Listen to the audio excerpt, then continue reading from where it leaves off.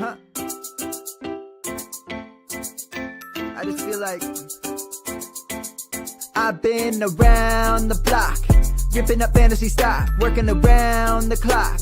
Look at the view from the top. Researching rookies a lot? No, I just be listening to pods. Yeah, one in particular, I'm just a messenger. Let me just pass on the rock. Browning, brunning, pruning, pronouncing ain't what he's doing. What he's doing is not losing, but infusing you with new things. And there's Dennis the Bennett, yeah. The man is a menace, yeah. Building a dynasty, some of the finest things. Promise you, you won't regret it.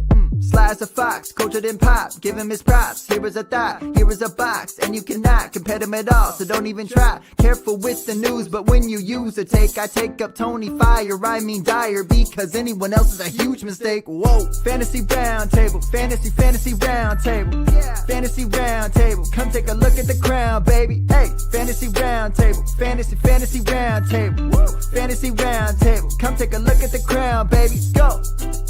Hello and welcome to another episode of the Fantasy Football Roundtable Podcast. It is Tuesday afternoon. The NFL draft is in the books, and that means it is fast and furiously going through rookie draft season. I know Dennis is in a couple. I had one that kicked off where I sadly had no picks. So, if a rookie draft happens and you don't have any picks to be a part of it, did it even exist? And my answer is no. So when people ask, have you had any rookie drafts? I'm like, no, because I would have to participate in one. But I do have several kicking off on Thursday and Friday. I'm sure a lot of other people do too. Dennis, most wonderful time of the year? It is fabulous. I have 3 active right now. And in one, I had 4 of the top 12 picks. And I turned the 112 and the 204 into the 107. So, I ended up with, in that one, it's, can't remember if that's the one where I had the 102 or the 101. I had the 102. So I went Travis Hunter. I'm in on Hunter as a wide receiver. I think he's going to be, I think he's going to rock. I think that's going to be his primary position. And we saw in Tampa last year with Mike Evans and Chris Godwin, Liam Cohen is going to use 2 highly productive wide receivers. He used 2 highly productive wide receivers when he was in LA. So I went Travis Hunter at 102, Travion Henderson at 104. I then drafted Cam Ward at 106, but the guy at 105, I was in the midst of sending him an offer. And he then picked Ted McMillan, and I was like, okay. And then I pulled my offer, and then I picked Ward. I had offered him 106 and 302 or 301 something, or maybe it was 209, I think.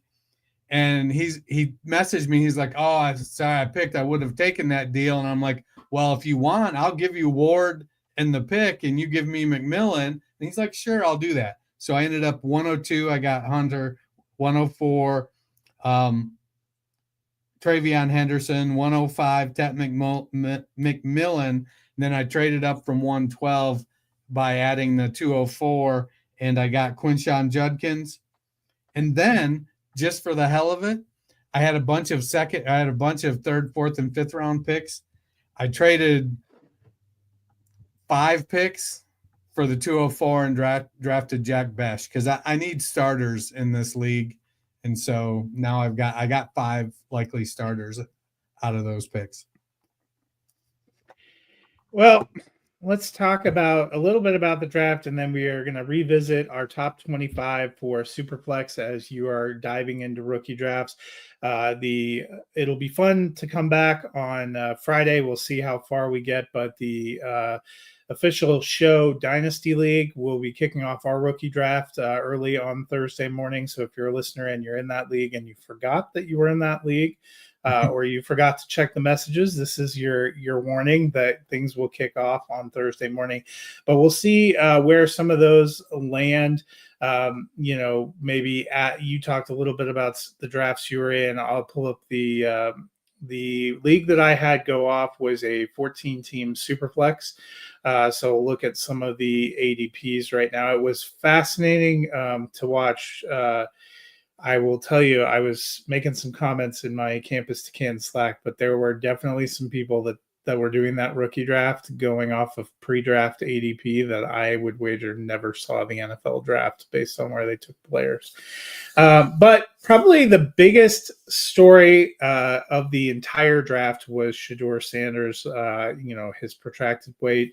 But also, he got a prank call on the private phone provided by the NFL. It soon came out that one of the people who initiated that call was the son of Falcons defensive coordinator Jeff Ulbrich, who I believe was the interim coach for the Jets, the dumpster fire Jets last year too. So he is not having a good time. A lot of public apologies were issued. The NFL said they're still investigating. Dennis, do you think there is going to be punishment that comes out of this? I feel like it's a black eye for the league and a black eye for the Falcons, who have an owner that Arthur Blank's always seemed to be nothing but a gentleman. So I'm sure he was not too pleased to have his team involved in this. Also, one of the teams that Dion played for famously. So it was a dumb move by the kid. And I don't excuse it by any stretch of the imagination. But if you look at today's society, shit like that is all over social media. To be fair, if this kid was from the 70s, people probably wouldn't have found out because he wouldn't have posted it. Like if I do shit like that, I don't post it on social media. That's if why they had just done the call and not posted a video of themselves seemingly trying to build their social media presence and brand, I might feel more sympathy. Yeah, I mean, I think I don't feel sympathy for him. I think it was stupid. I think it was a jerk move. I don't think how would Jax Ulbrich feel if he's interviewing with, I don't know, IBM, and somebody there finds out his dad is the head coach of the defensive coordinator for the Falcons, and then calls and offers him, a job at 10 or 20 grand over the posted salary range as a joke. It's the same thing. Kids do stupid stuff. I get it. But being stupid doesn't excuse consequences. It's the free speech thing. You have a right to free speech. You don't have the right to no consequences for saying stupid shit. And you have a right to do stupid shit. You don't have the right to not getting any consequences for doing stupid shit. I think Jax will get consequences from Jeff. I think the Falcons, I thought, already came out and said they were not going to take any action towards Jeff, So I don't know. I hadn't actually heard anybody say anything. The last thing I heard was that the NFL was still investigating, but it's been a couple of days. So, I mean, it doesn't feel like there's a whole lot to honestly, I know I'm out on an island, but if it's me, I would have fired Jeff Ulbrich. I mean, those are the types of things that happen today when people do stupid stuff that you used to be able to do something stupid or have somebody in your arena do something stupid. And then you would get talked to, you'd be reprimanded. Everything now has to have a sacrifice. The kid did something. So I get where you're coming from. The kid did something stupid. Jeff Ulbrich, there is no hotter button topic than data security, privacy, and those kind of leaks. And that is a fundamental breach. Like, I've worked at organizations where they let parent and student data out. We terminate those people. And don't get me wrong, I get it, but that is, and maybe I'm out on an island because I work in cybersecurity and in your home computers. I think you have an expectation of security. Well, it's just because your kid does something untoward.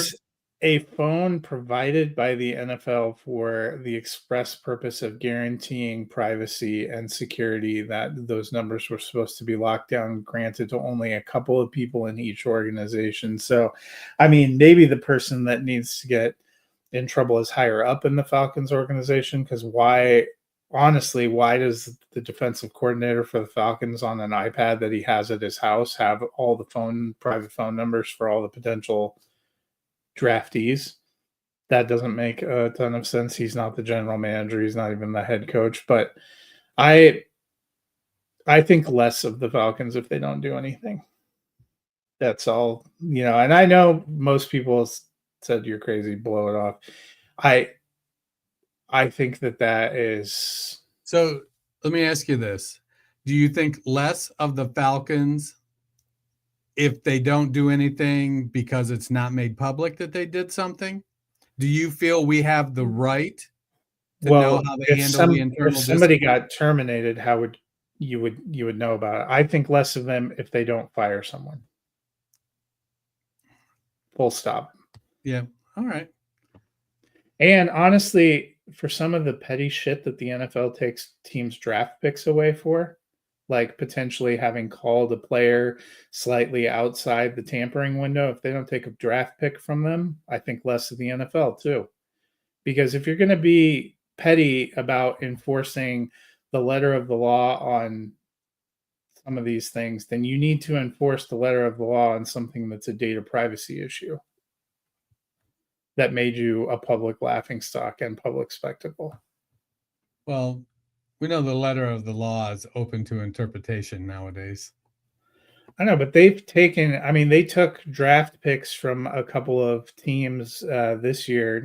I'm not saying take a first round draft pick, but they took mid-round draft picks from a couple of teams this year because allegedly they had contact with a free agent outside the legal tampering window. So those, if those are the kind of things that you're also going to concern yourself about, I would concern myself with this. But let's move on to the team that actually did take Sanders. And we essentially just need a block to talk about the Cleveland Browns because they have had a hell of a draft and a week. I don't know if it's good. You don't know if it's good yet. It will take a little time. But they took Dylan Gabriel at the end of the third round. And then hold on. Breaking news.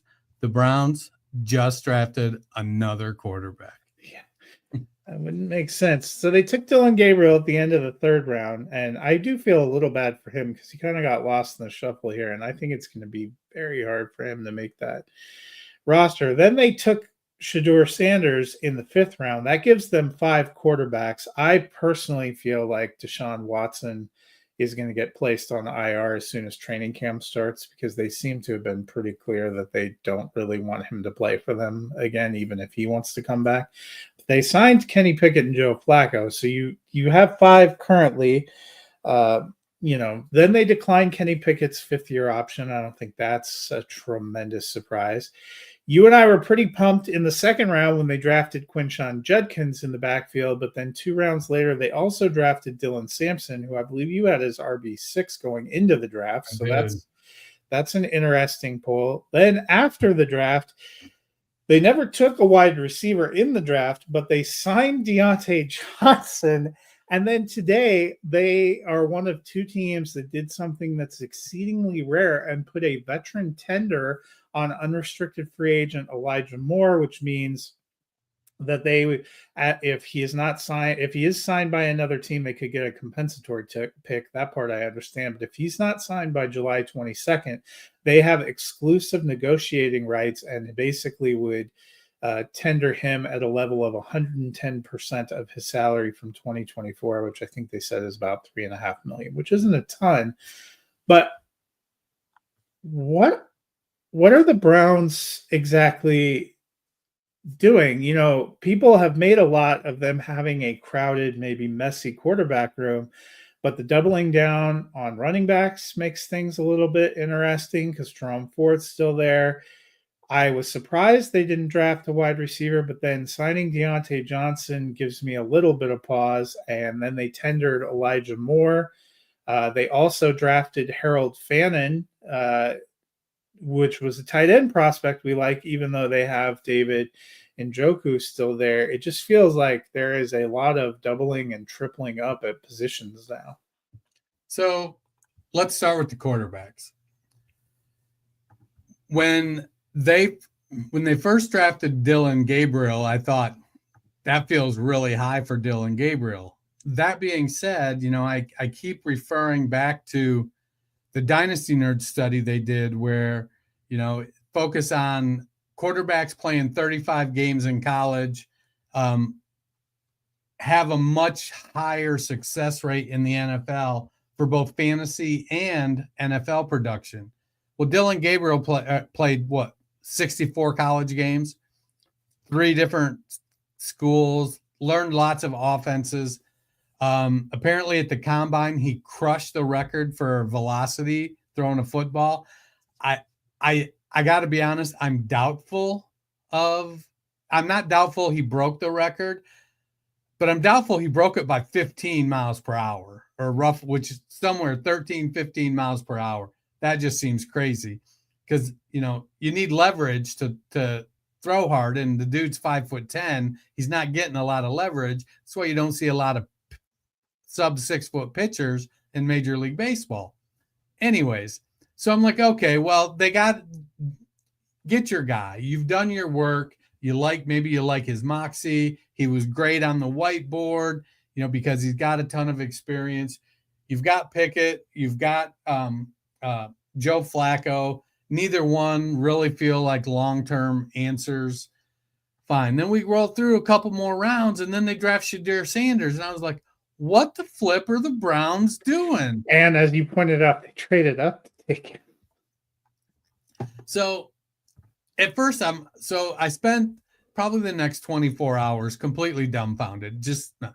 But as time passed, the more I thought about it, the less I hated drafting a second quarterback, irrespective of whether it was Shedeur or they traded up to do it.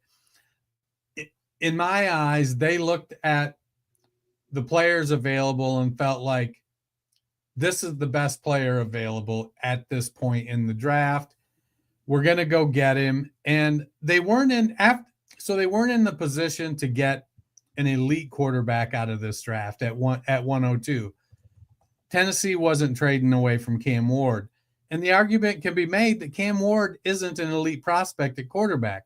So there really maybe wasn't any elite quarterback prospects. I'm not saying they're tanking for Arch, but what I'm saying is if you're going to play the lottery, what do you want? You want more tickets.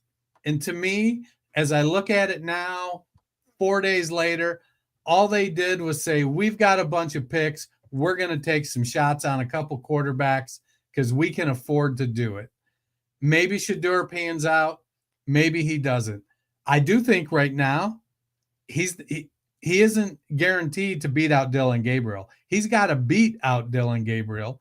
I don't think either one of those two guys are going to open the season at QB1 or QB2 in Cleveland. Mary Kay Cabot has said she basically is of the understanding, having spent some time, she covers the Browns. She's a beat writer there. She says they like what Pickett's doing. They like where he's at. Pickett is, if game started today, Pickett would be the starter. Flacco would be the backup.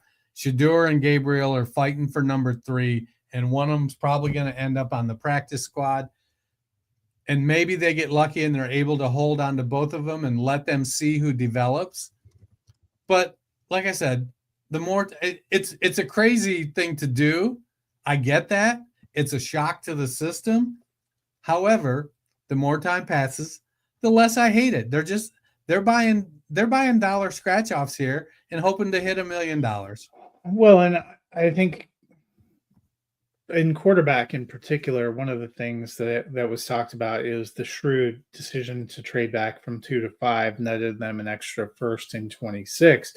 So the thought being they're playing kind of with house money, having 2 first rounders already in 2026 if they want to move up to get a franchise quarterback. That I believe is also the offseason where they can release Deshaun Watson. So they, and Kenny Pickett's obviously on a 1-year deal. Flacco, I believe, signed a 1-year deal. So if things don't work out, that's no skin off their back. If they find a good long-term backup, they can also still get a franchise guy. Yep. And you're right, Gabriel could end up making it in there, or they could end up trading Pickett or Flacco, and keeping both rookies.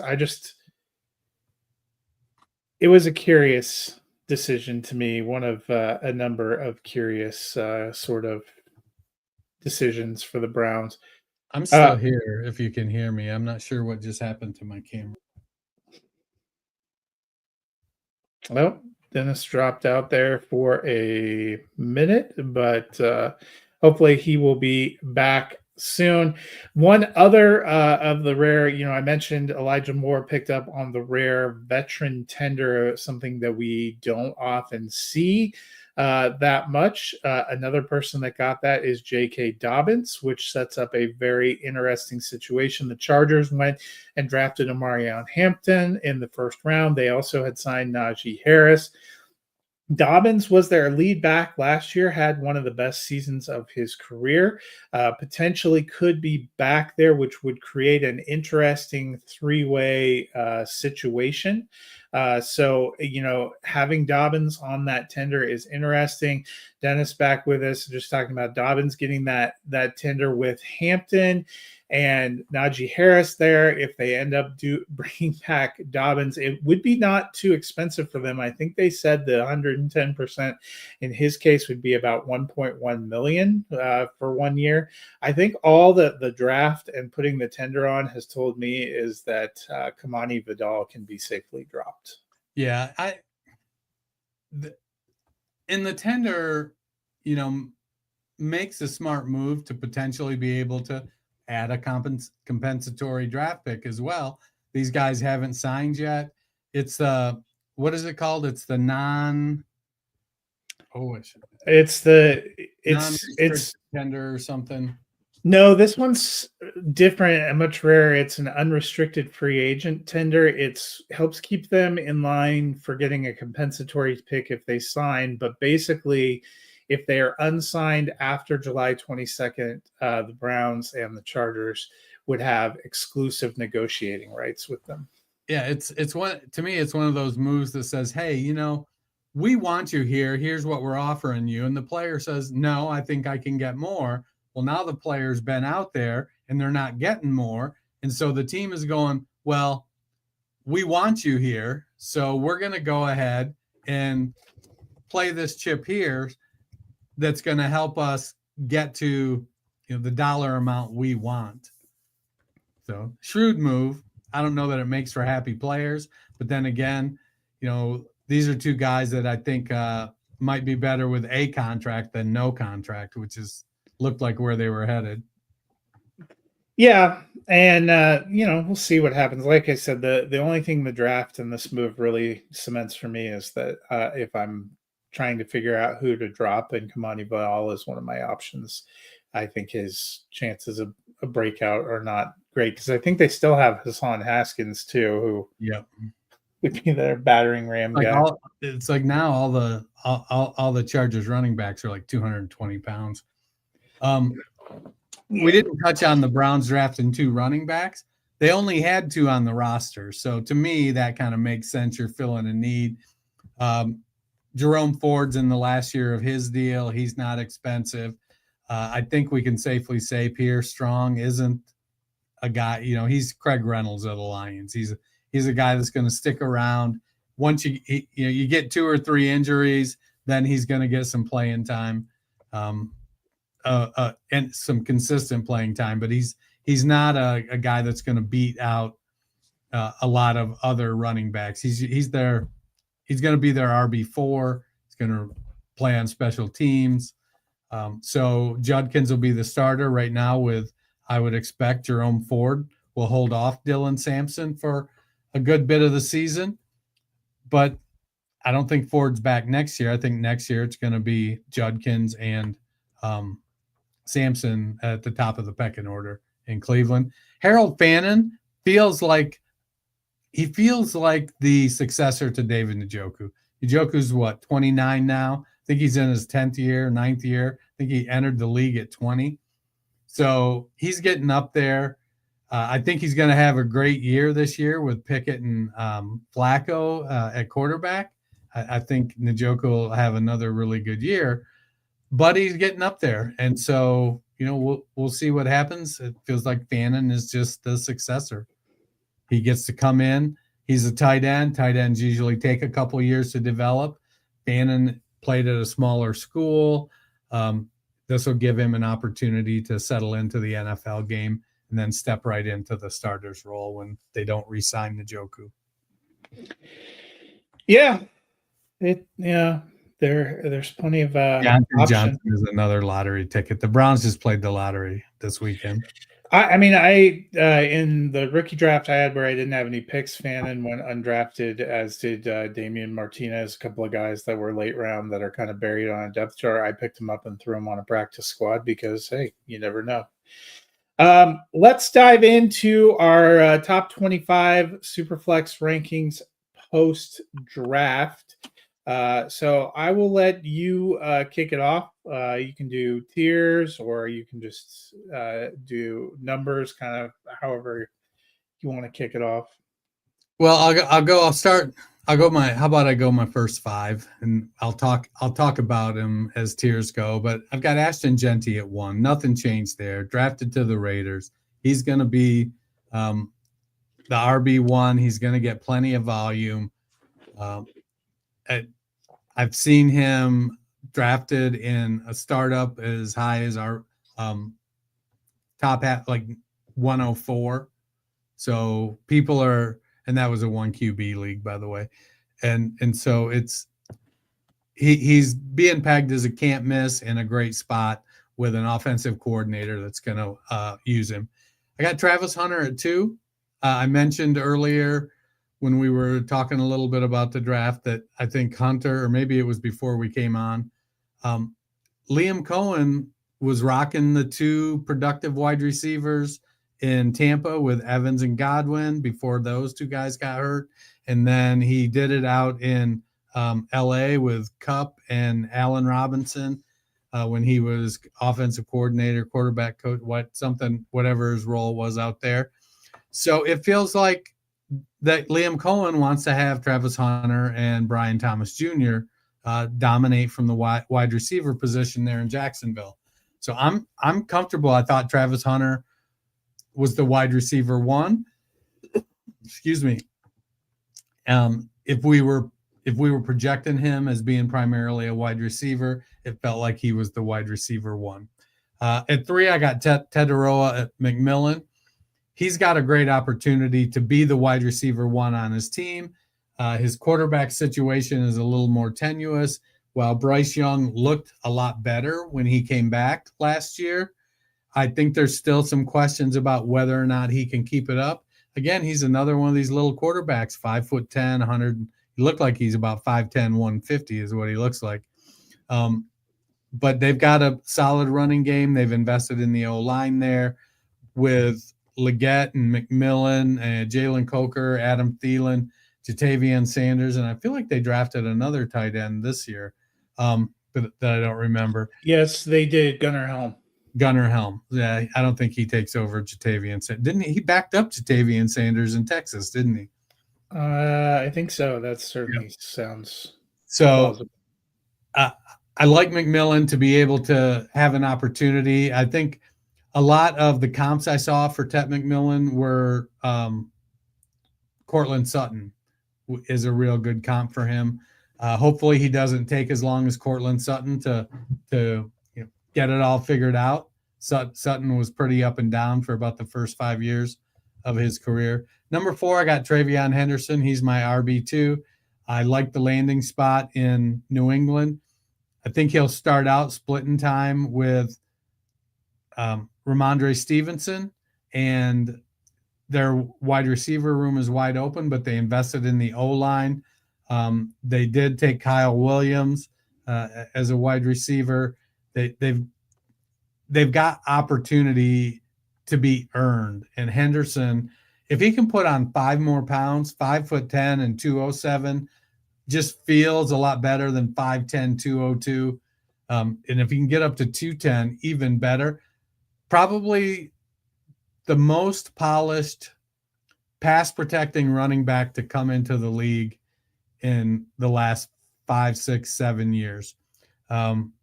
He's not going to come off the field on third down, and on first down, he can, if he gets a crease, he could be gone. He is not, however, a guy I think that's built for 25 touches a game. I've watched every game he's played, and as explosive and tough as he can be, he does get a little dinged up sometimes. And then at number 5, I went with Cam Ward. Like I mentioned, I think Ward's the best quarterback in this class. We'll see if that holds true. We've seen lower drafted quarterbacks pass higher drafted quarterbacks in rookie classes frequently. But a guy who has fought his way up from where he was as a high school coming to college recruit, 3 different teams, learning 3 different offenses. It feels like he's got the work ethic and the brain to put it together at the NFL level. I've got him at number 5. Yeah, so for me, I'm glad you went to 5 because I feel like there is a clear top 5 for me, and then there's a group of guys that I could see shifting around based on your personal preference or team need to kind of close out the first round. But the top 5 for me, I still have Janty 1. I still think he's 101 in all formats. I actually moved Cam Ward up to 102 based on some of the landing spots and things. It is super flex, and I think this draft even more so solidified there is one. If you are desperate and need a quarterback out of this draft that you can start in 2025, I think there's really only one guy that you can feel any kind of, I don't know if confidence is the right word, but I guess confidence. I don't think he's going to be bad. I liked the way he carried him. He seemed to distance himself. There are a couple other quarterbacks that I have in here, a couple that I could end up playing that I can see taking second and third round shots on, but he's the only true first round one for me. Then I have Omarion Hampton at 3. I like the prospects. He went in the first round. I like his prospects there with the Chargers. I think he has a good shot to be a good contributor as a rookie, but also have a larger role. They only signed Harris to a 1-year deal. I think that's the kind of thing where you see a platoon. We already had Harbaugh come out and say that they are both starters, that they are the 1-2 punch. I think that those are all good signs. I have Tet McMillan at 3. I had him higher than Hunter going into the draft. I didn't see any reason to change them based on landing spots. I have Hunter I have McMillan at 4 and then Hunter at 5. I do think they're going to use him a fair amount at receiver. I have more questions about that offense. We don't know how Trevor Lawrence is going to look coming back. This is going to be at least his 3rd system, if not his 4th system in his time there, which is always a fun prospect. And I don't think Hunter will ever be the number 1 receiver there. Brian Thomas is there. He is the number 1 receiver, which leaves him in a complementary role. They don't have Evan Ingram anymore. Brenton Strange there. They don't have a lot of competition probably among receivers unless you're still a Gabe Davis truther. And if you are, please reach out to us so that we can get you some professional help. Never been a De'Ami Brown truther. I know some were. So, I think Hunter can easily be the wide receiver 2 there, but what does that mean? Whereas McMillan for the Panthers, I actually think he could be their wide receiver 1. It's certainly fair to have questions about that passing game too, but they also have these are 2 offenses kind of trying to figure themselves out. But I think Jacksonville has a bona fide star number 1 receiver, a guy who put up incredible top 5 fantasy numbers with Mac Jones as his quarterback for half the year. So that's kind of, I didn't see a reason to flip them. But then after that 5, I have more of a soft group that I think would be interchangeable a little bit for me. So I'll let you kick it off. What is kind of your next group? So at 6, I've got Omarion Hampton. I don't know, I'm not sure how much he splits time with Najee. It feels like they'll start out with a little veteran deference, and I just think Hampton has explosiveness that Najee doesn't. And there's just you just can't fake it. I think Najee will be fine. He'll end up being by week 4. I think he's the backup clearly, and it ends up, they're going to be riding Hampton. I've got Emeka Egbuka at 7. Probably not going to be his year this year. So if he makes the top 50 wide receivers, I think I'll consider that a win. But I do think he slides next year. One or both of Godwin and or Evans is probably gone. And I think Egbuka slides right into the 1 or 2 role there. He's probably more suited to be the 2. He's been a 2 virtually his entire college career, but he's put up very, very good numbers playing with a whole host of first-round wide receiver draft picks. He just gets it done time after time after time. So I think Egbuka is going to be just fine. At number 8, I've got Tyler Warren. There's a lot of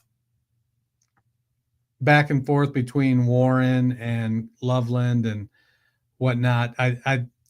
Warren's going to have some quarterback issues, but it feels like Daniel Jones is going to win that job, and that's going to be good for all the pass catchers in Indianapolis. It's going to be a detriment to the number of Anthony Richardson shares I have. So hopefully he learns like Bryce Young learned, and that ends the tier for me. So my second tier is McMillan, Henderson, Ward, Hampton, Egbuka, and Warren. To round out my top 10, I got Quinshon Judkins at 9 and Caleb Johnson at 10. These are 2 guys that I think are situated to take over lead roles for their teams. However, they're both on teams that typically, the Browns, as much as they fed Nick Chubb, they didn't make him a true 3-down back, and I don't think they're going to do that with Quinshon Judkins. I think Ford and then eventually Sampson will still get plenty of opportunity. And in Pittsburgh, that is where Johnson landed, right? Pittsburgh. Yeah. They're still going to use – Johnson just replaced Najee Harris. It's going to be the same role Najee Harris had. He may catch a couple more passes, but they like Jaylen Warren. They went after him and brought him back. He's going to continue to keep the role that he had. But Johnson should be able to put up sufficient numbers there. It's just going to come down to, is Aaron Rodgers the quarterback? Is Mason Rudolph the quarterback this year?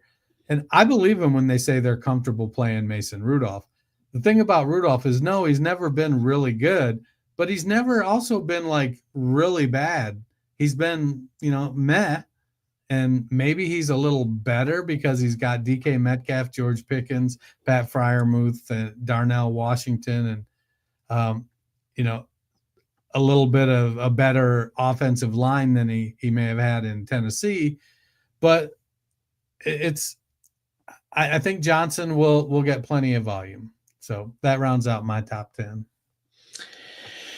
Yeah, and so for me, I have what I feel is a clear top 5, and then from 6 to basically 15, I think is a group that would be that next wave for me, and I could see them moving around within the back end of the first round or the top end of the second round. I have them listed in the order that I prefer them, which is what I would give, but that's kind of like the next grouping for me, is a bigger group. I have TreVeyon Henderson at 6.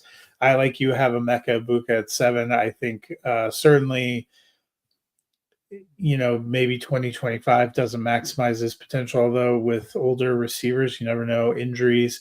But we've talked about Mike Evans is in the last year of his contract. I think there is definitely possibility. So I like his potential, and I like that landing spot. Then I had Quinshon Judkins. Some people reverse Judkins and Henderson based on where they got drafted. I considered that, but then after the Browns went and grabbed another running back in Sampson not too long after that, I decided to keep them where I had them because that's where I had them pre-draft. Then Caleb Johnson, I do think he'll split time probably with Jaylen Warren, but he signed a 1-year tender.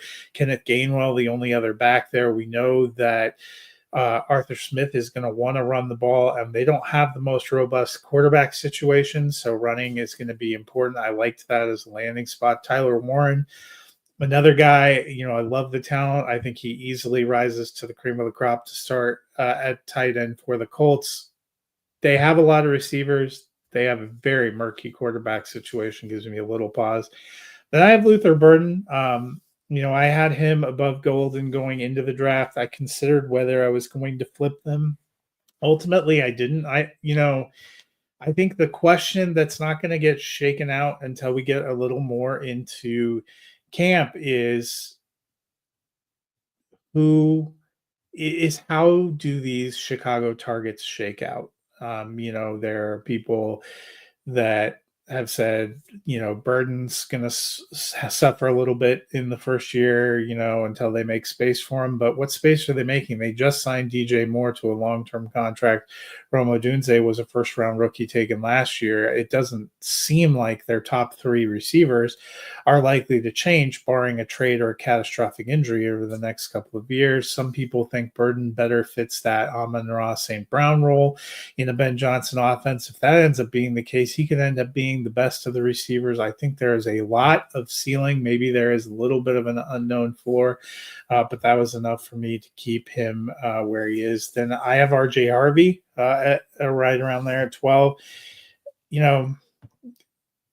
Sean Payton hasn't taken running backs high in a draft very often.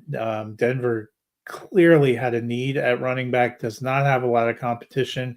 I wasn't wild about the pick, but I think there is still a lot of potential. I have Golden then right after that. I liked the landing spot. He was definitely a first-round pick, but there are a lot of receivers in Green Bay.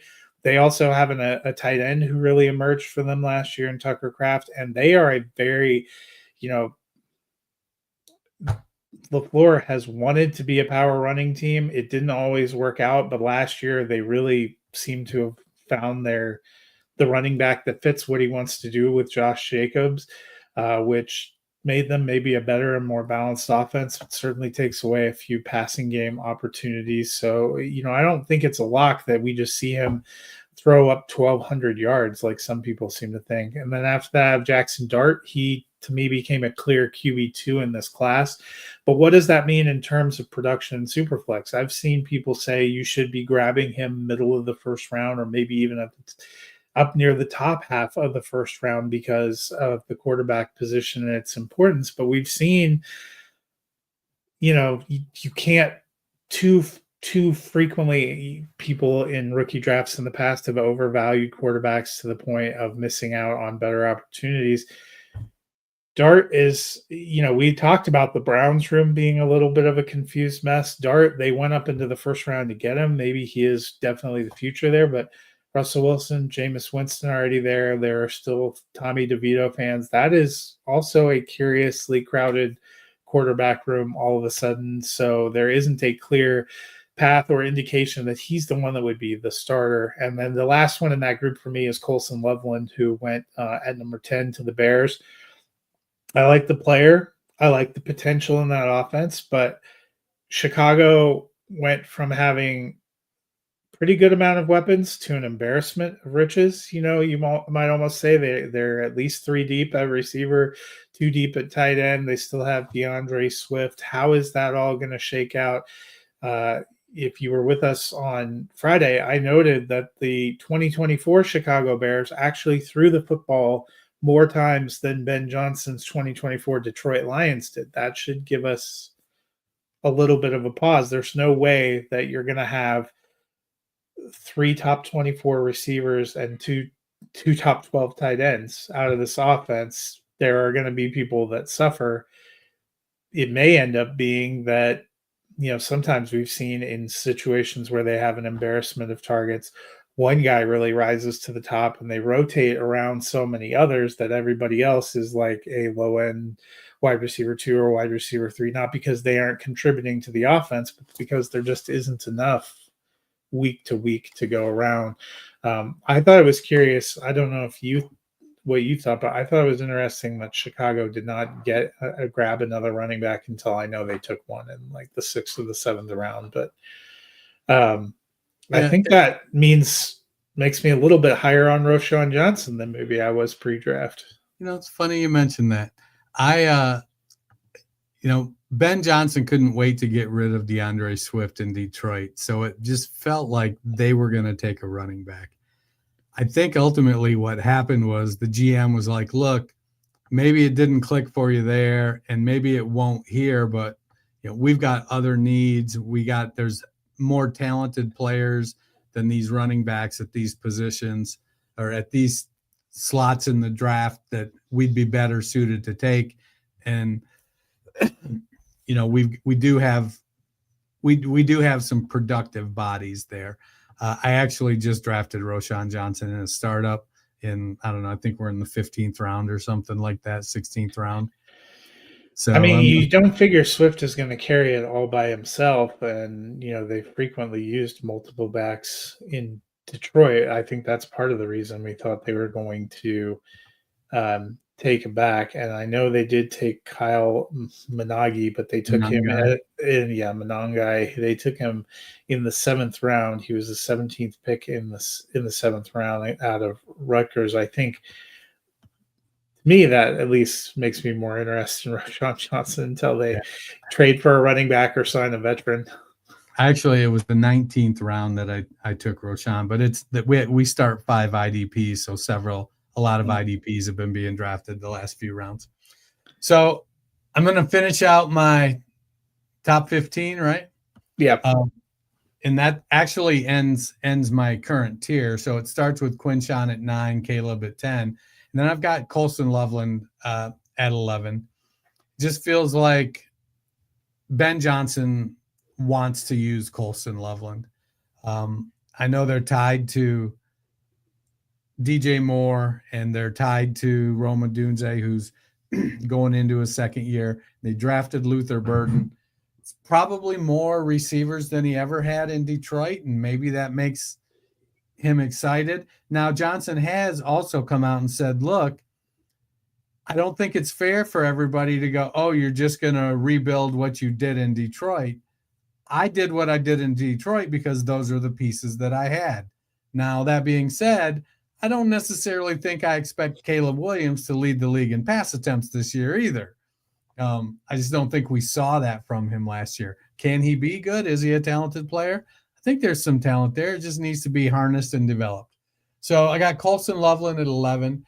I went Matthew Golden at 12 over Luther Burden, who I have at 13. I feel like between the two of these guys, Golden is the one who has the opportunity to be his team's wide receiver 1. I like what Burden can do. He's exciting with the ball in his hands. A little bit Deebo Samuel-ish, how they used him at Missouri. But he's got good size. He's good with the ball in his hands. And I think Ben Johnson will be creative with him, getting him some opportunities. That being said, he's still going to be definitely behind DJ Moore and probably behind Rome Odunze in the pecking order. Matthew Golden, however, goes to a team where they haven't drafted a first-round wide receiver in a long, long time. Now, can the argument be made that maybe Matthew Golden shouldn't have been the guy drafted in the first round? Yeah, probably. He wasn't, I don't think, he didn't have elite college production. So he's going to have to go in. He's going to have to earn it. But, he's got guys like Jaden Reed and Romeo Dobbs, often injured Christian Watson, Dontavian Wicks, who never seems to earn a starting role, Bo Melton, who's everybody's favorite wide receiver 5. So there is opportunity there for Matthew Golden to become Green Bay's wide receiver 1. I got Cam Scatterbo at 14. This is, I I didn't have him as high as a lot of people, but I think he landed in a great spot to get opportunity. Yeah, I know they got Tyrone Tracy, but this feels kind of like an opportunity for the Giants to use a lot more of Tracy's receiving chops as a former college wide receiver and let Scatabo be a little bit of a hammer at, 6 foot 219. He's a very powerful runner. He's got good agility, and he's also a good pass catcher. So they don't necessarily need to take either Tracy or Scatabo off the field when they're, in a drive or something and things are rolling. It isn't like it's like, oh, we got to put Tracy in, it's third down, or, oh, we got to put Scatabo in, it's first down. I think they end up splitting time this year. But Tracy could very well be the next James Robinson. He has a great breakout year as a low draft pick, and, boom. And at 15, I've got Jackson Dart. I know he needs some development, but he is a good passer, played a lot of games. Can he go from, half field reads to full field reads and RPO offense? Can he learn to take snaps under the center? There's a lot of development that has to happen with Jackson Dart. So I think 2025 is going to mostly be mop-up duty for Jackson Dart. Not that I expect the Giants to win 10 or 12 games. So towards the end of the season, he may get, a couple starts, but I don't think I think he's definitely a future pick. Yeah, and so with we're getting close to the hour mark. So my last 10 that I have in here post draft, I have Mason Taylor. I really liked that landing spot with the New York Jets. I think they need a more pass catching weapons, because beyond Garrett Wilson at receiver, they have a lot of question marks. They let Tyler Conklin go. He went to the Chargers, so I think their tight end group is wide open. I thought that was a sneaky pick. He would be a consideration for me. These are all guys, basically the rest that would be considerations in the second round is essentially of your rookie drafts where how I think factored it. Then I have Jaden Higgins, who went early on day 2 to the Houston Texans. They ended up taking 2 receivers, but I think Higgins is probably the more preferred one. Jalen Noel would be a guy maybe end of the 3rd or into the 4th round. There's a lot of competition for targets. Trey Harris, good landing spot with the Chargers, who needed more production.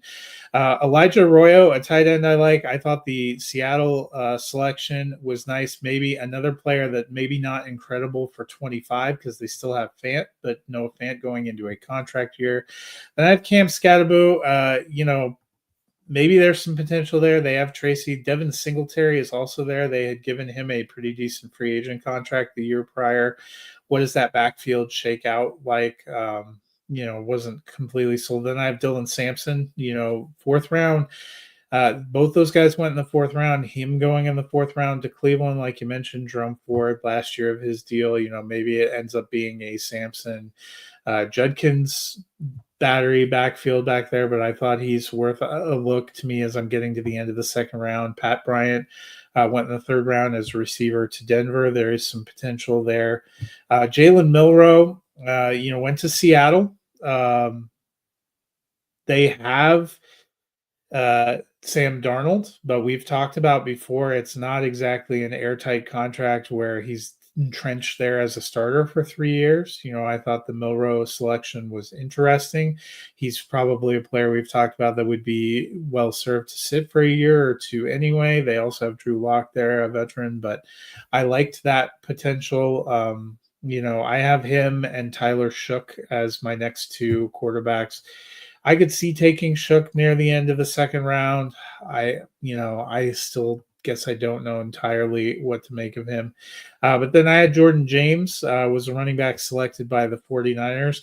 49ers traded Jordan Mason, let Elijah Mitchell walk. So other than Isaac Guerendo, they don't really have much behind Christian McCaffrey. So that piqued my interest. And then Jalen Royals, I know he went a little bit later, but went to Kansas City. I thought that was an intriguing location. We certainly have questions and some long-term questions, and they always are able to work people in. I know they have some aging guys in there too, but I liked the potential. And if you're at the end of the second round or early third round, you're kind of, to me, looking for people that went to offenses where there is some potential, and that's kind of what I went for to wrap up my top 25. But how did you see things, Dennis?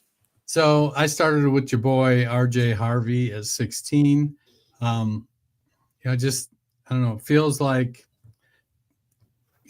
teams go get their guy, they find something they like, they think, hey, this guy's a perfect fit for what we do. And Peyton must think that about Harvey. Everybody was kind of stunned when he drafted Bo Nix, I think, at 12. I think most people didn't think he was going to go that high. That's worked out fine. Feels like, Peyton has a inkling about what he's doing. I got Trey Harris at 17. I like the landing spot with the Chargers. I think he's all of the things at the X wide receiver that Quentin Johnston isn't, and he's going to be a perfect complement to Ladd McConkey. Jack Bech at 18. Right now, he's the number 4 option for the Raiders, but I think he's going to play that Jackson Smith and Jigba and Emeka Egbuka role for Chip Kelly on the Raiders. He's going to be in the slot. He's very productive. He's got good size, 6'1", 214. I think Gino's going to love him. Is he going to be a wide receiver 1? Probably not. Can he outperform Jacoby Myers? Maybe. So we may look at if I had to put money down right now, I'd say they're probably both wide receiver 3s, because Ashton Genty is going to get a shit ton of volume, and hashtag Brock Bowers. But I like Jack Bech a lot. I've got Jaden Higgins at 19. I like him. He feels like he's going to be the second outside receiver in Houston pretty quickly. He's got a couple things he's got to iron out, but he's definitely going to be behind Nico. Christian Kirk, if he can stay healthy, I think is going to be very productive in the slot there.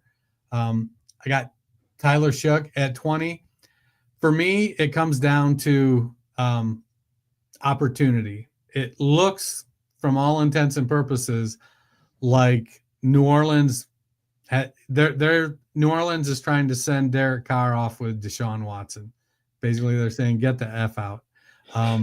Nick Underhill, I think it was, who covers the Saints down there, said basically, from everything he's heard talking to people on the team, they want Tyler Shough to be the starter week 1, and that's what they expect. He's an older prospect, played a lot of years, a lot of games. I won't be surprised if he starts the year at quarterback 1 for. And if that ends up being the case, where I've seen him going is end of the second round or later. That could end up being a steal in Superflex, because there are only 32 starting quarterbacks. Yeah. 21, I got Trevor Etienne. He landed in Carolina with my pre-draft RB6, I think, Bashal Tutin. I got him over Tutin now. I feel like Etienne has a little more of a well-rounded game. It's a little muddy there. Went to the Jaguars, not to the Panthers. Never mind. Did Etienne went to Carolina, right? Trevor Etienne went to Carolina. He's got Chuba Hubbard and Rico Dowdle in front of him. Yeah. My bad. For whatever reason, I went and looked, and I said, "Oh, there's a cat." You might have found Travis. Yeah. No, I was looking at cats. I'm like, "There's a cat and there's a cat." No, I think Etienne, he's going to be third on the depth chart. He's a well-rounded back. Never quite put an elite season together in college, but I also don't think Dowdle and Hubbard, Hubbard just signed a contract extension.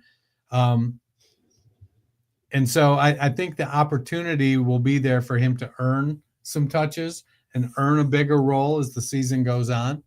I got Jalen Milroe at 22. This is just a bet on athleticism and upside. Ideally, you probably aren't playing Milroe till 27. If you're looking at him sitting on the bench and developing on your taxi squad for 2 years, but when he takes over, he's put together the reading defenses, the passing, the NFL level passing and completion rate with that uber athleticism. I got Mason Taylor at 23. He's got a pretty clear path to opportunity in New York. However, we could see Justin Fields carry the ball 200 times, and that may not be great for the passing game in New York. Garrett Wilson's there, whatnot. I think with Taylor, he's young. I think he's only 20 years old. He's got an NFL pedigree, and I know we like to hang our hat on that sometimes. I like the opportunity ahead of him. I wouldn't probably be looking to start him this year, but I do think he could earn a prominent role for the Jets. 24, I got Jordan James. He's a guy I liked. He's small for an inside runner, but he's productive, got a nose for the end zone. He is along the lines of, the Bucky Irving type of running back, but I think he's actually a little faster than Irving. And at 25, I got Kyle Williams. He's got a great opportunity in New England. They're looking for people to step up and earn targets. If he can do that, there's been a little bit of issue with drops and concentration, but he's got good size, good speed. There's plenty of opportunity for him to earn a starting role in New England with Drake May. You're muted. Before we get out of here, going to do a couple of other questions and things. So first, obviously the biggest faller in the NFL draft and for us is Shedeur Sanders. Both of us had him roughly a QB2 going in. I have him as QB5 now. I don't know where you have him. For me, I would probably look at taking him in the third round of a Superflex draft. I have seen people still sticking to their guns. He went 201 in the one rookie draft I've done, still as QB2 off the board, which I thought was fascinating. But where do you have him now, and where would you take him? I do have him based on not re-ranking some of the lower ranking quarterbacks. Let me see. He would be sitting at QB5. Because I would move Tyler Shough up. The question I'm going to have to wrestle with is, am I going to put Dylan Gabriel in front of him? I did not. I have quite a few quarterbacks in front of Dylan Gabriel because I didn't have Gabriel that high pre-draft, and maybe it's just because I feel like they're a mess, but I did not. Yeah. So that being said, he would be sitting at QB5 right now. It was an interesting draft process. There's a lot of talk out there that basically a lot of people are saying, look, if he didn't have Deion Sanders as his mouthpiece, we would all be looking at him saying, yeah, he's a 7th round prospect.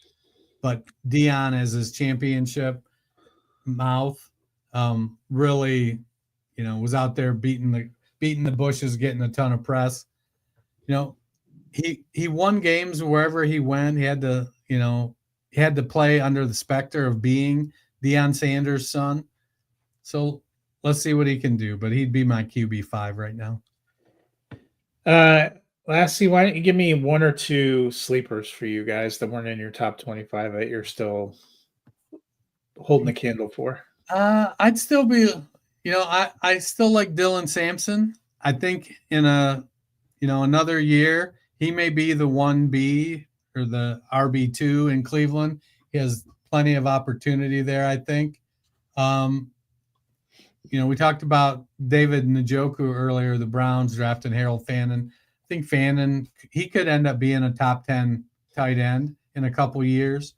He's a good pass receiver, even if he is a little bit lumbering. And I love Will Howard to Pittsburgh.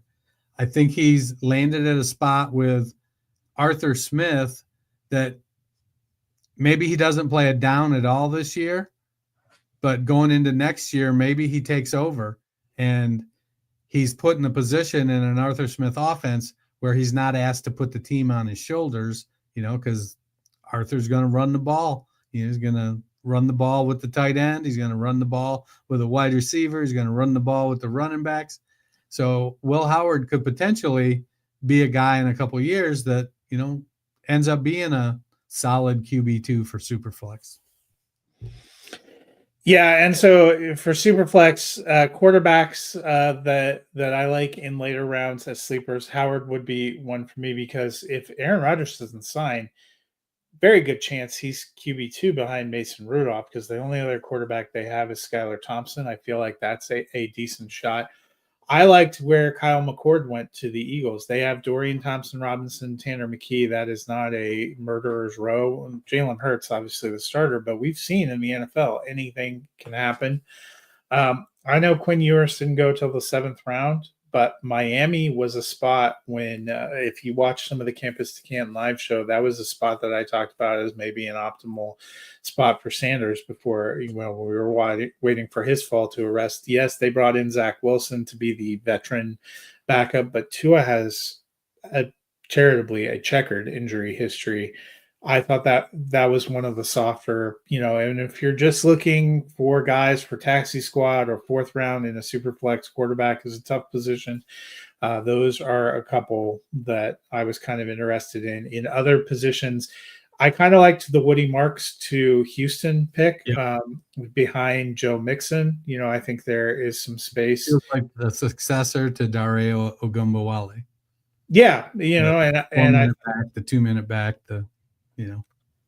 and Tennessee, we talked a little bit. They got Tyler Lockett and they have Calvin Ridley, but they have some space. I don't think either you or I, as a Treylon Burks believer.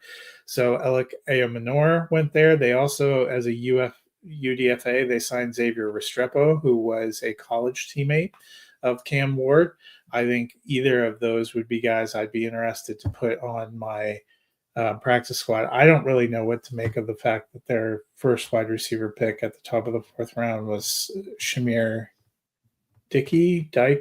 I don't. Shamir Dike. Shamir. Yeah. I mean, maybe he's good. I don't know. It's probably like how you were looking at Detroit drafted who? Yeah. So a lot of interesting stuff out there. We will touch on some more ADPs when we are back on Friday, but we are actually going to turn and start doing the unit grades for the next month, which is now that the draft is in place. And I get my unit graded every week. Free agency is predominantly over. We are going to start looking at quarterback room, running back room, and receiver groups. We're going to start with NFC quarterbacks, bottom half of the draw on Friday, room 16 to 9. I'll be curious. I just put mine in there. I'll be curious to see how Dennis surprises it. It's a little, it's always interesting. You're looking at this isn't just about your top end starter. This is the strength of the room. And, we see 60-plus quarterbacks start games every year in the NFL, so the strength of the room does matter. So that'll be kind of a fun exercise. We'll start that on Friday. Dennis, people probably coming down off that draft high, waiting for their own rookie draft to start. What can they do to fill those long, lonely hours? Well, before we get to the June, July dead period for football and everybody's jonesing, go ahead to your favorite podcast platform. Hit the search bar, type in the Fantasy Football Roundtable podcast, hit that subscribe button, hit that like. We're going to be putting out stuff all summer long. And we got a couple breaks here and there for, maybe one show some weeks, a week off here or there doing family stuff. But we got a lot of content coming at you. Yep. So that should be fun. Stay tuned for that. We will see you guys on Friday. Until then, enjoy those rookie drafts.